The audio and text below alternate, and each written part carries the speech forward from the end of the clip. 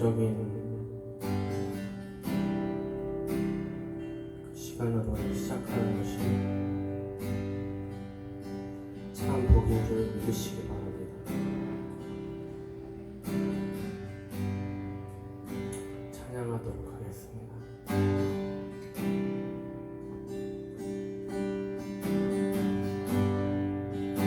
날 채워주소서, 날 만져주소서, 날 일으키소서. 지금 이 시간 끝없는 주님의 생명수로 나의 영혼에 부으소서. 날 채워주소서, 날 만져주소서, 날 일으키소서. 주 볼 수 있게 세상에 누구도 채울 수 없는 나의 영혼을 채우소서.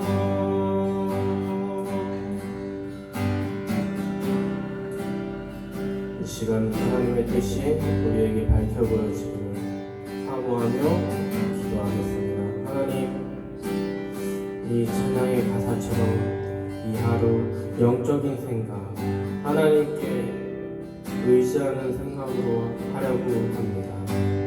하나님, 그 가운데 우리의 마음을 붙잡아 주시고 그 하늘에 거룩한 뜻이 보이는 도전받은 이 하루가 되게 하여 주시옵소서. 주님께서 우리와 함께하여 주시는 이 싸움으로 우리를 구원하신 예수 그리스도의 이름 안에서 기도드리옵나이다. 아멘.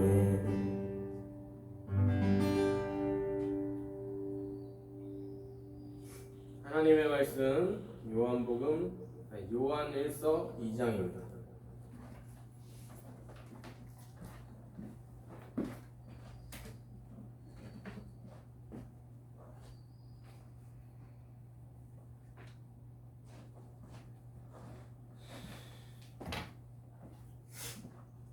요한일서 2장 24절로 29절 말씀, 이 말씀을 읽겠습니다. 요한일서 2장 24절로 29절 말씀. 너희는 처음부터 들은 것을 너희 안에 거하게 하라. 처음부터 들은 것이 너희 안에 거하면 너희가 아들과 아버지 안에서 거하리라. 그가 우리에게 약속하신 것은 이것이니 곧 영원한 생명이니라. 너희를 미혹하는 자들에 관하여 내가 이것을 너희에게 써노라. 너희는 주께 받은 바 기름 부음이 너희 안에 거하나니 아무도 너희를 가르칠 필요가 없고 오직 너의 기름 부음이 모든 것을 너희에게 가르치며 또 참되고 거짓이 없으니 너희를 가르치신 그대로 주 안에 거하라. 자녀들아, 이제 그의 안에 거하라. 이는 주께서 나타내신 바 되면 그가 강림하실 때에 우리로 담대함을 얻어 그 앞에 부끄럽지 않게 하려 함이라. 너희가 그가 의로우신 줄 알면 의를 행하는 자마다 그에게서 난 줄을 알리라. 아멘. 말씀 제목은 우리와 함께 하시기를 원하시는 하나님입니다. 우리와 함께 하시기 원하시는 하나님. 얼마나 감사합니까? 이 제목 자체가. 하나님이 우리를 사랑하십니다. 그래서 우리와 함께 하시기 원하세요. 늘 함께 하시기 원하시죠. 하나님은 이 세상을 지으시기 전에도 그러셨고 우리를 만드시기 전부터도 이런 마음이었어요. 그래서 우리를 만드시기 위한 목적도 오늘 설교 제목처럼 우리와 함께 하시기 원하시는 마음에서 우리를 만드셨습니다.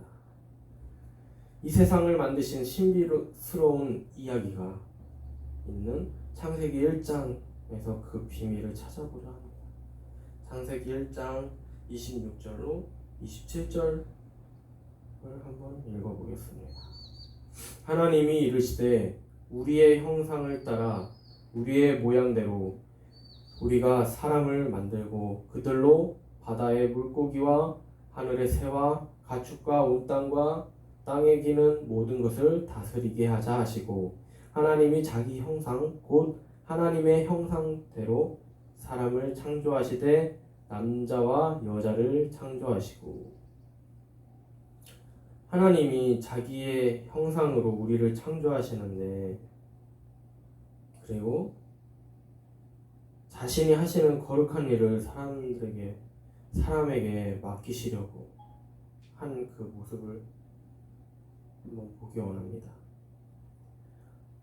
하나님이 사람을 만드신 이유는 이 세상의 모든 살아 움직이는 생물들을 다스리게 하시고 또 우리의 그 존재는 하나님의 형상을 따라 만들어졌다.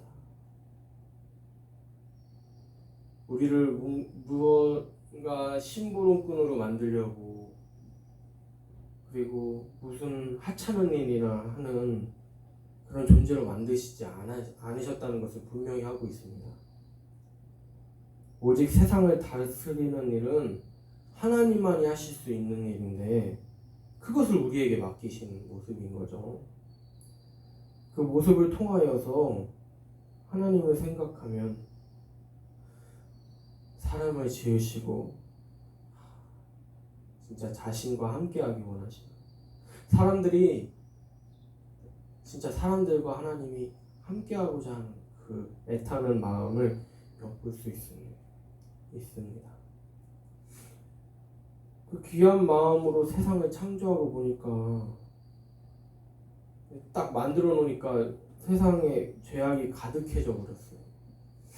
그래서 하나님은 여러 일들을 통해서 사람들에게 그 마음을 알게 하셨습니다. 그래서 오늘 말씀을 전한 사도 요한도 보면 그 하나님의 사랑을 깨달아 그 하나님의 뜻을 사람들에게 전하고 있는 것이죠. 그 밖에도 많이 사람들을 통하여서 역사하신 일들이 많이 있습니다.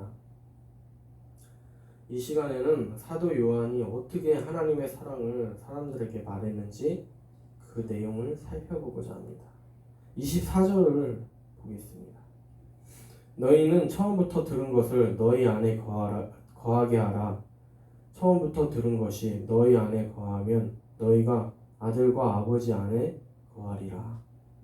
사도 요한이 이렇게 사람들에게 말했습니다. 하나님이 너희와 함께 하시기를 원하신다. 하나님이 여러분과 함께 하시길 원하십니다. 말씀을 통해서 그 하나님의 마음을 알아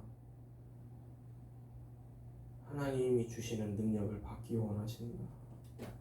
만약에 여러분이 하나님의 말씀이 기준이 되어서 하루하루 산다면 그것이 진정 하나님과 함께하는 그 지치지 않는 아무리 헌신을 하고 열심을 다하여서 일을 하여도 그 능력이 소멸되지 않는 그 인생을 살 수 있다 말합니다. 세상의 것으로 새 힘을 얻으려 하면 그 힘은 영원하지 않고 고갈되어 버리죠. 세상 것이 무엇입니까? 맛있는 것을 이렇게 먹어서 또 배부르고 소화되면 또 배고픈 그런 모습입니다. 아름다운 꽃이 있으면 그것이 철이 지나서 시들어 버려서 그 아름다움도 져버리는 것이 세상 것입니다. 다시 그 아름다운 꽃을 보려면 내년 그 꽃 피는 시기 때까지 기다려야 합니다. 돈이 있으면 어떻게 불릴까? 금융 투자를 할까? 금싸라기 땅을 어떻게 구할까? 건물을 거기에 놓을까? 식당을 운영할까? 장사를 할까? 무엇을 할까? 고민하면 끝이 없습니다. 무엇을 할지에 자신의 삶의 목적을 두게 되면 그것이야말로 평안한 길로 가지 못하는 그런 모습입니다. 그러나 예수님이 하신 일을 생각해 보기 원합니다. 하나님이 하신 일을 생각해 보기 원합니다. 우리를 구원으로 인도하시는 계획하신 하나님, 그리고 인도하셨던 예수님, 그 모습은 순전히 생명을 살리기 위하여 예수님의 인생이 그러셨어요. 우리도 생명을 살리기 위하여서 무언가를 하면 땅을 사든지 금융 투자를 하든지 건물을 놓든지 식당을 운영하든지 장사를 하든지 아니면 직장에 다니든지 무언가를 할 때 결코 실패가 없습니다. 당장에 그 일이 안 돼도 그것은 실패가 아닙니다. 예수님의 모습을 또 보기 원해요. 왜 그 일이 잘 안 돼도 실패가 아닌지. 예수님은 모든 사람을 구원하고자 죽으셨어요. 세상적으로 보면은 죽음은 그냥 실패예요. 실패. 졌다. 패배. 그러나 예수님이 죽으셨기 때문에 다시 살아나셨어요. 우리를 구원하실 수 있게 되었어요. 만약에 예수님이 죽지 않으셨다면 우리의 구원은 꿈꿀 수도 없는 것이었습니다. 그냥 우리의 죄 때문에 타 죽을 수밖에 없는 거죠. 영원히 죽을 수밖에 없는 거죠. 그러나 예수님은 우리의 생명을 살리시기 위하여서 죽음을 감수하셨어요. 그것을 앞에 두고 죽음을 앞에 두고 벌벌 떨기도 하셨죠. 나약하게 엎드려지시기도 하셨고요. 예수님의 죽음은 하나님의 뜻이었습니다. 모든 사람의 생명을 하시기 위하여서 계획하신 하나님의 뜻이었습니다. 하나님이 자신의 아버지는 하나님이 정말 나를 만드셨다. 나의 진정한 아버지는 하나님이시다 하는 그 사람들은 그 하나님의 약속, 하나님의 그 사랑, 그 은혜들을 압니다. 하나님을 믿는 사람들은 하나님이 그들에게 약속하셨어요. 영원한 생명이 너희에게 있느니라. 이 생명은 죽어도 다시 부활하는 생명, 영원한 생명을 말합니다. 그러나 마지막 때가 가까울수록 사람들을 속여서 구원받지 못하도록 하는 세력이 활개를 띠게 됩니다. 25절로 26절 보겠습니다. 그가 우리에게 약속하신 것은 이것이니 곧 영원한 생명이니라. 너희를 미혹하는 자들에 관하여 내가 이것을 너희에게 써노라. 하나님을 사랑하는 사람들에게 허락된 것은 무엇이라고 했죠? 영원한 생명이라고 했습니다. 근데 이것을 막는 자들이 있습니다. 우리가 그 시험에 넘어지지 않으려면 어떻게 해야 하는가? 그것은 앞서 말한 것 같이 우리가 이 인생을 어떻게 사느냐에 달려 있습니다. 인생을 하면서 그리 바쁩니다. 할 일이 많습니다. 그러나 우리가 묵상하고 기도해야 할 것은 우리가 하는 모든 일이 과연 하나님이 원하시는 일인가 생각하고 해야 한다는 것입니다. 우리가 하는 분주한 일들이 과연 하나님이 원하시는 일인지 묵상하고 기도하며 정하고 했을 때 우리는 무슨 일을 하든지 마귀의 유혹을 피할 수 있습니다.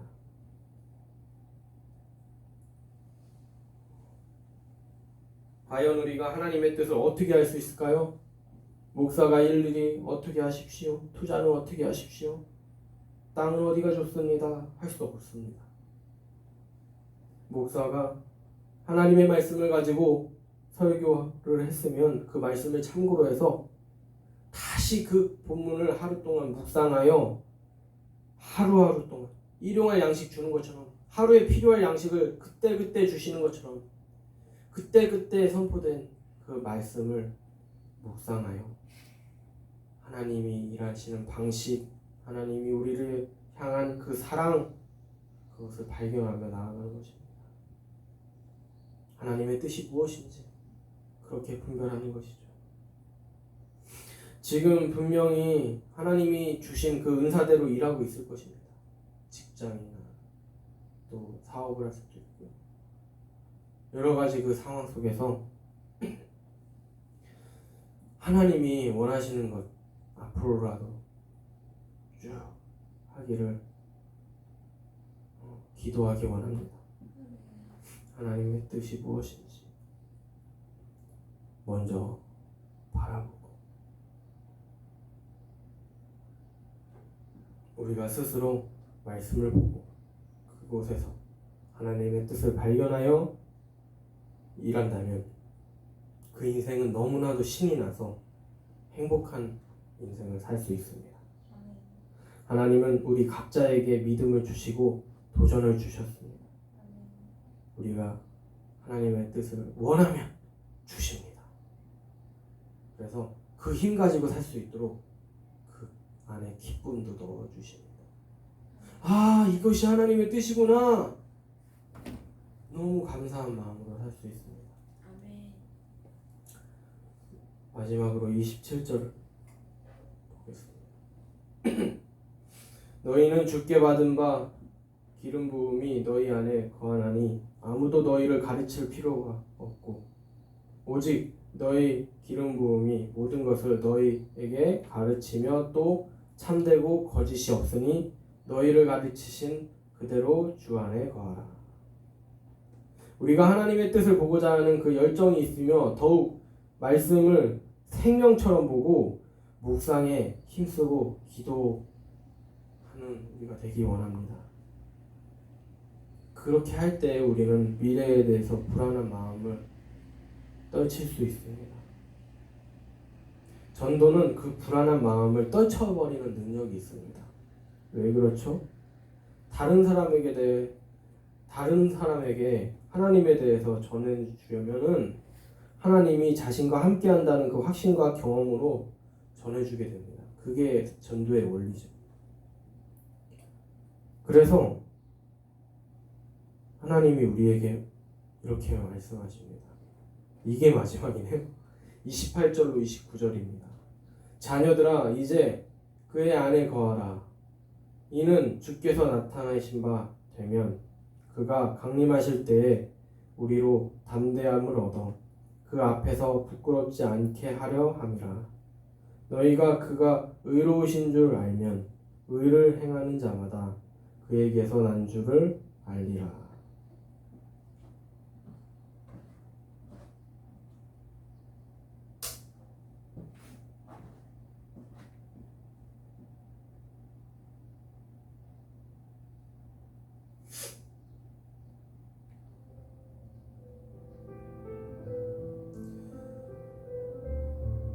우리가 이 하루도 하나님이 허락해 주셨으니 하나님이 우리와 함께 하시는 것처럼 우리와 함께 하시기 원하시는 그 하나님의 마음처럼 우리도 하나님과 가까이 하길 소망합니다.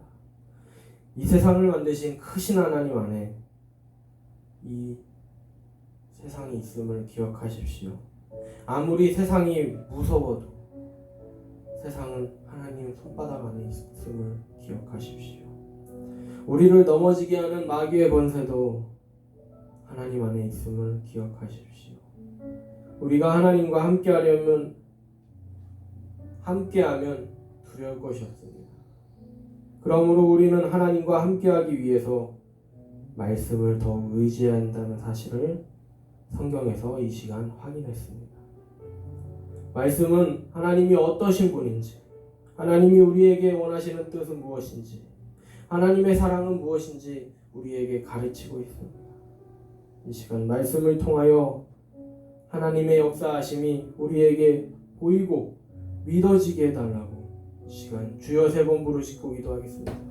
주여 주여 주여